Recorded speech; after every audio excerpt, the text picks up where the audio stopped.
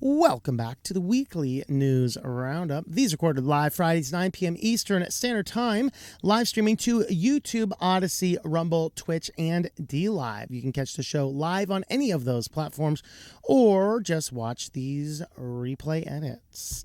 Well, let's go ahead and get diving right on in. First and foremost, a huge Chinese database of faces and vehicle license plates spills online. Of course, China has been working on the social credit score system, which requires them to constantly be doing facial scans, tracking every vehicle, tracking everybody, tracking every behavior. And then guess what? When you store all this stuff on centralized databases, those centralized databases might get breached. And when they get breached, guess what happens? All of the data can leak online. And so there is, we have the database held 800 million records, representing one of the biggest known security, data security lapses of the year by scale. Second next to $1 billion record from the Shanghai police database in June.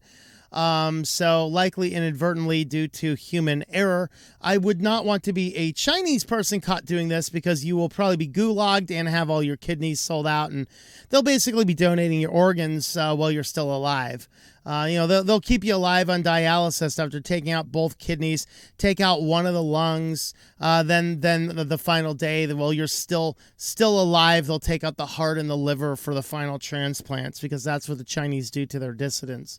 But this is just a giant database, and it is a reminder that we ought not do similar things.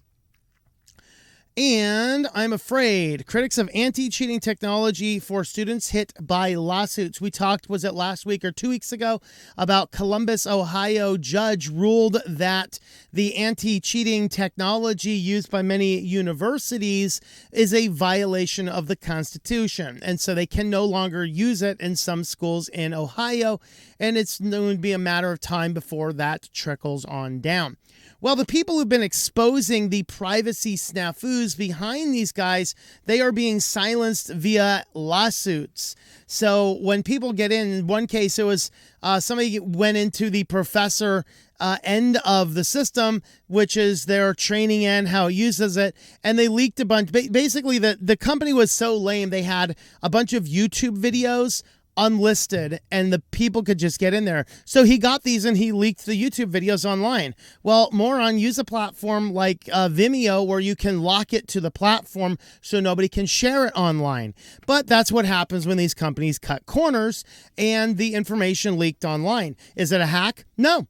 Not at all. They had legal access to the system under some pretense. They were appalled by what they saw, and they exposed it to the world, and then they got sued by these big textbook companies for it.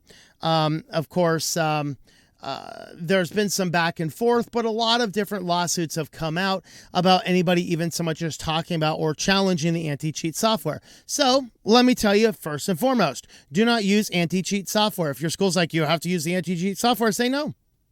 No.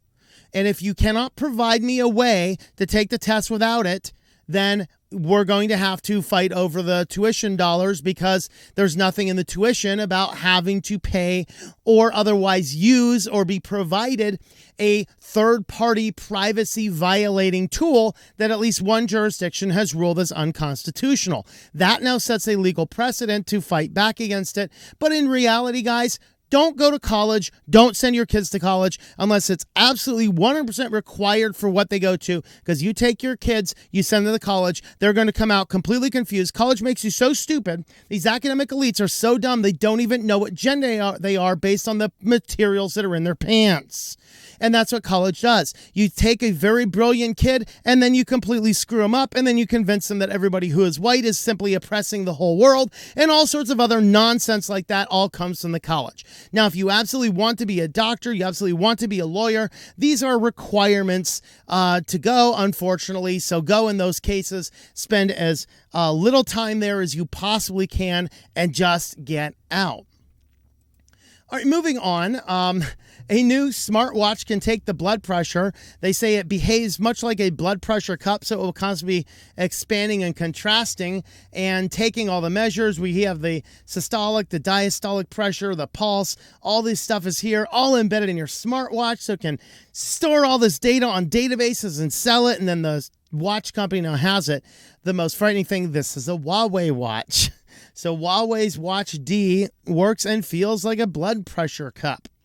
So no sound, but considerable wrist pressure. The Watch D took the blood pressure while I sat at a booth in Berlin. Just some wearable technologies performing and functioning. Typically the sole purview of those cuffs you wear at the doctor's office. It felt halfway between uncomfortable and impossible. They released the watch and was very close to getting European approval for use as a health device. There's no word on US FDA, though given Huawei's limited profile in the States, I wouldn't expect to happen. Still, nevertheless, I would not be doing it because every connection to it and the Chinese government is going to now have access to your health data, and you better believe that if you tie this into some form of account, it's going to come back to bite you. So be aware, these are the types of things that are coming on down the pipeline, and we don't need this kind of stuff, particularly if it directly connects to other companies' databases. Well, a data company, this is, maybe the first of many suits that we need against data brokers. Now, data broking in United States is generally legal. Unfortunately, I think we need to do an end to it. We need to dictate that all these companies immediately close their doors and completely nuke all information that they have about everybody, and data sharing between companies needs to stop. But in this case, what this one did, which is it Kochava, I think is how you pronounce that, Kochava or Kokava. They were basically having geolocation data down to minute points. And the biggest concern is, surprise, surprise, once again, now Roe versus Wade, people are like, they're worried about visits to reproductive clinics and places of worship and homeless and domestic violence shelters and addiction recovery facilities. Well, congratulations. More people are realizing that you did indeed always have something to hide. With this, a lot of more people are getting wind of this, and so this wasn't the sharing of general data as much as it was sharing of location data, but the FTC said that the company even allows people to customize the data feeds filter for mobile devices at specific times and specific locations, meaning you can de-anonymize where somebody's house is, because guess what? Where your phone probably is every single night of the week is probably your home. People can get access to this data, by the way. In addition to that, they were also selling it to anybody who wanted to buy it. There was no requirement. You had to be a company of a certain size. Of course, so what? I think any form of selling my data to somebody else, I completely disapprove of. And I think that every one of these companies should take all of their profits, all of their earnings, and disperse it among everybody whose data was bought and sold. That's it. I didn't consent to any of this. And so if you want to make money off of me and my data, I think that I should be in on that. And my cost is 100%. Actually, my cost is 110%. You did it without my permission. Give me more than you made. That's a thought. And maybe we should just do that. But the FTC is suing them on the basis of the fact that it was location data being sold to any random person who wanted to buy it. Who knows? Maybe this is the same stuff that it sets, led to that video about, a couple thousand donkeys or something that talked about alleged fornication of voting systems. Because this is what they did. This is exactly what they did in that documentary. They bought this type of data and they linked it in, and then they found individual points that were visiting multiple different nonprofits and multiple different drop boxes, and they were synced to multiple different camera feeds going on at the same time. And that is how you may or may not allegedly possibly come possibly close to doing something like this in early November. In just enough cities to make a difference. And they tracked it using live location data like this. So maybe this is just yet another, maybe more properly hidden coercion from the government towards some company. Just a thought. And on to our final story. Is California going to stop anonymous web browsing? Well, this all boils down to the connection to this new child protection law, which passed the state Senate or state Congress by 0-22. Nobody voted against it. Everybody thinks it's amazing. The thing does a lot to allegedly protect children. The problem is parts of the law is that any company that could possibly have children on the site has to go through a method to determine if that person is of age or not, because a whole lot of factors are dependent. And so this basically looks like the laws the UK tried to pass on the 18 plus sites. Hey, you got to verify your age. Well, California basically just passed a law causing this for literally everybody and every website and everything that could possibly have any form of data. Now, this was an excellent write-up of it, which may be at times hyperbolic, but he kind of shows you the end extreme of what this law passing could actually mean. So he writes here, the bill pretextually claims to protect children, but it will change the internet for everyone in order to determine who is a child. Websites and apps will have to authenticate the ages of all customers before they can use the service, and no one wants this. It will erect barriers to roaming around the internet.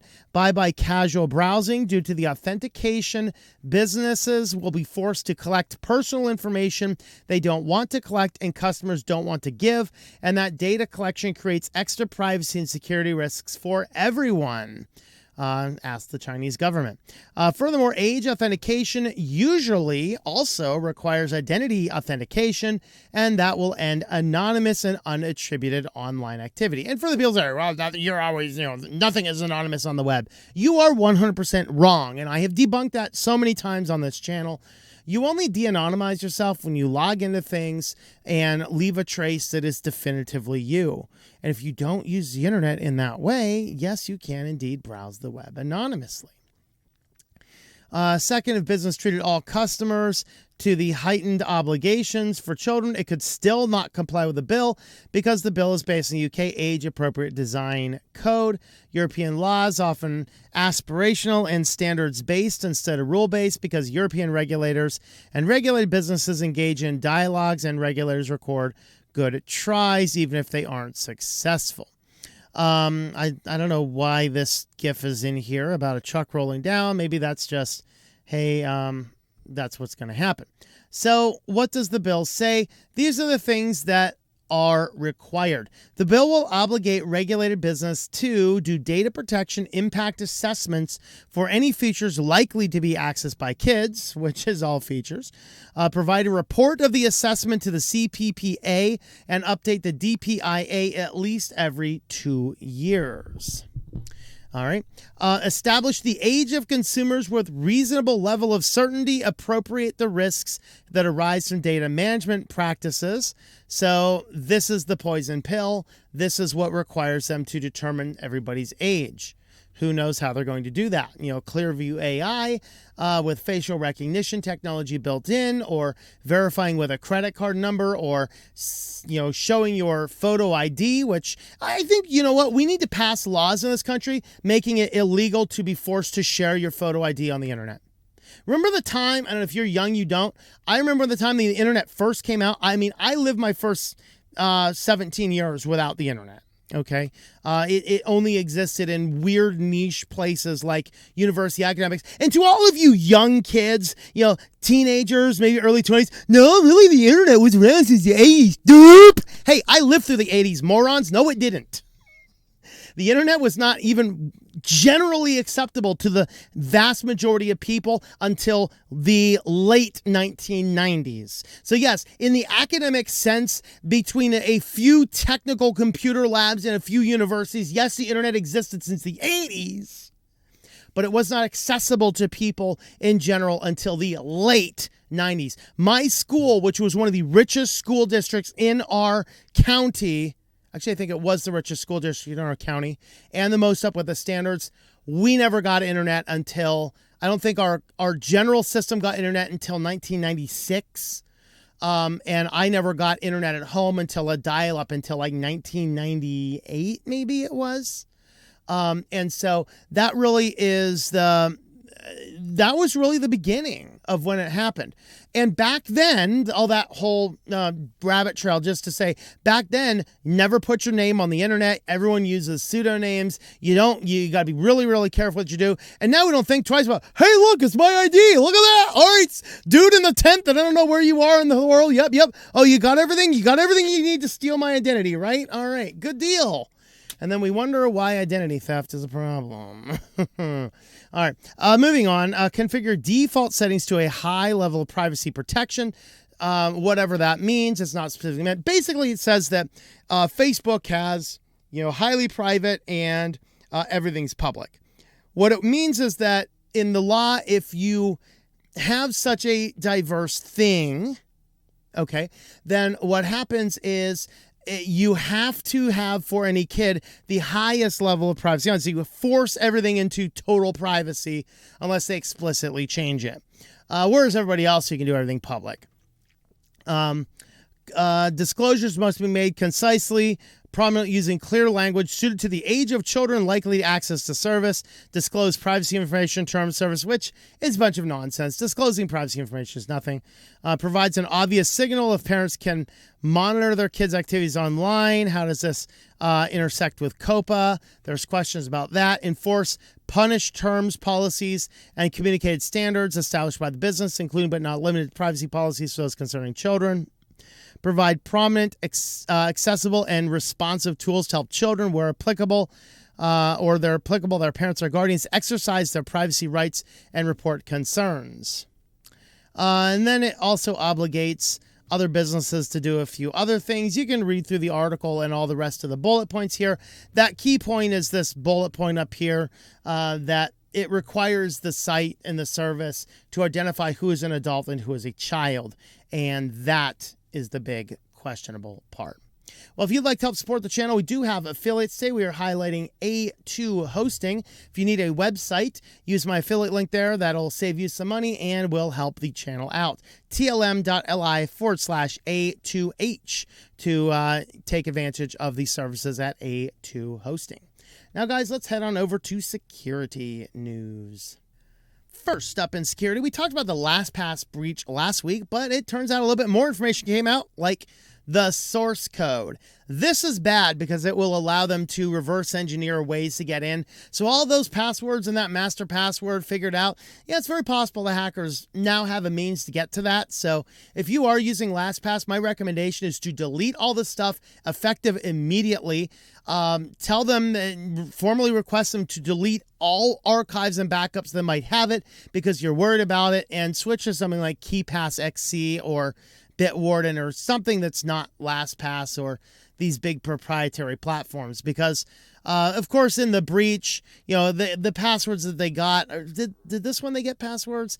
Maybe that was something else. I don't know. I cover so many data breaches, I forget which one's which. But in this case, they stole a bunch of things. Everything was encrypted, so they're saying, oh, it's good. They just got hashed stuff. Yeah, they could possibly reverse engineer some of that, particularly if they get the source code. So we have to be particularly scared right now because LastPass is getting your source code stolen is a big deal. So I abandon ship from LastPass if you are using it. A study on malicious WordPress plugins finds tens of thousands of malicious WordPress plugins active in the wild. It looks like the total number of plugins was like 5 million. 27,000 of them were unique. It was 12 million installs over 27,000 unique plugins. And those were all the free ones. And the paid ones accumulated to about a grand total of, 5, 6, 7, 8, around a little over 8,000 total plugins for paid, and about 37,000 or so paid plugins for, free plugins. So there's a lot of WordPress breaches. And this is also, this is one of my big concerns with GNOME, is that it's so extendable with extensions. Yeah, the plugins are what makes WordPress a security vulnerability. How do we know the extensions in GNOME aren't doing the same? because there's a lot out there that are abandoned, and that's the problem. So if you find somebody who's like, oh, I know WordPress, I'll install WordPress for you. If they don't really know what they're doing, run in terror, because they probably don't. Of all of the people I know that quote unquote know and build WordPress sites, I don't know of anybody else I know of that actually does it right. That is developing your themes custom, relying on the WordPress codex, and utilizing as few plugins as conceivably possible, only for weird niche things, and make sure those plugins are constantly updated. These are the things that are important. But if your WordPress guy simply clicks the one click on Fantastico and goes to the Envato market and buys something and throws in Visual Composer or Element or DV themes, and then 13,000 plugins that are completely unnecessary. You know how many WordPress plugins I see that have a plugin for custom CSS? Yeah, WordPress built that in version 5. So if you have that type of thing, get it out of there. The core of WordPress does it. But I take over these sites and they're like, it's WordPress. And you look at it, it's this giant monstrosity of 50 plugins. Over half of them are unnecessary and they don't even know what they do. And it uses all these bulky themes. And it's a giant security vulnerability. You may as well just go ahead and have some Swiss cheese up there on your web server, because that's about as secure it is. WordPress at its core is secure enough. It's just fine. It's just when you start encumbering it with all these plugins, because these developers have no earthly idea what they're doing, because they're not developers. They're WordPress script kiddies is what they are. If you want to get a real WordPress built, contact me. I'll build you a real WordPress site with minimal plugins and do it right. And being as I did fire one of my clients recently, I'm looking for a few more projects to add to my list. So, small business management, WordPress, Joomla, things like that. Anyway, moving on. Little commercial is over there. Websites, excuse me, not WordPress. We're on to Chrome now. Chromium, actually. Any Chromium browser can do this. Websites may write to your clipboard without permission. Firefox browsers do not do this. There's an extra requirement for Firefox browsers blocking this action. But Google Chrome and other Chromium-based web browsers can actually get in here and copy to your master clipboard without you knowing it, which is kind of dangerous, because they could put stuff in your clipboard that's leads to malware. Like, you're copying, pasting things, you fly by a website, and they drop a malicious site in your URL, and you go up to the URL thing and you paste it in and you go, boom, you've just infected your computer with malware, all because Chromium browsers allow the clipboard to be overtaken. Again, this will affect any browser based on Google Chrome, like Chromium. So Chrome, Chromium, Brave should be susceptible. Microsoft Edge is going to be susceptible, and a wide scope of them. The ones that will not be susceptible, anything Firefox, anything based on it. So Firefox, LibreWolf, WaterFox. Of course, WaterFox has its own problems. But there's that. And on to our feature story. Of course, the James Webb Telescope is sending back some amazing pictures, as everyone's sending back the most cool pictures the telescope can ever see, and they're awesome and amazing in space, and you start to see some 3D elements in space. Beware, because those images might actually have malware in them. So, of course, there's a way that you can put all sorts of weird data inside of images, just utilizing tools or other options to embed data inside of images. And so the idea here is that people are getting the images, and since they're being so widely shared, they're adding malicious scripts to the end. So if you're spreading these out and you click on one of the images and your default happens to be just loading it up in some JPEG editor or viewer or something, you'll just see the picture.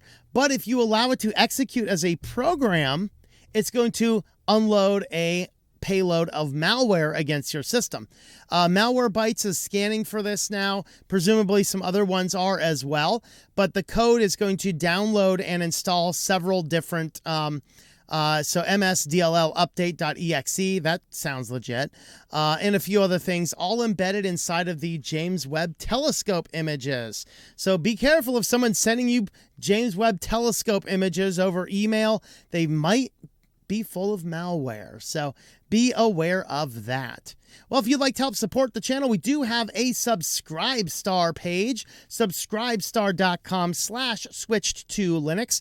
Join us on over there to help support the channel directly because, yeah, YouTube is demonetizing and demoting our content as much as they can. And so, you know, any little bit helps to keep the channel running.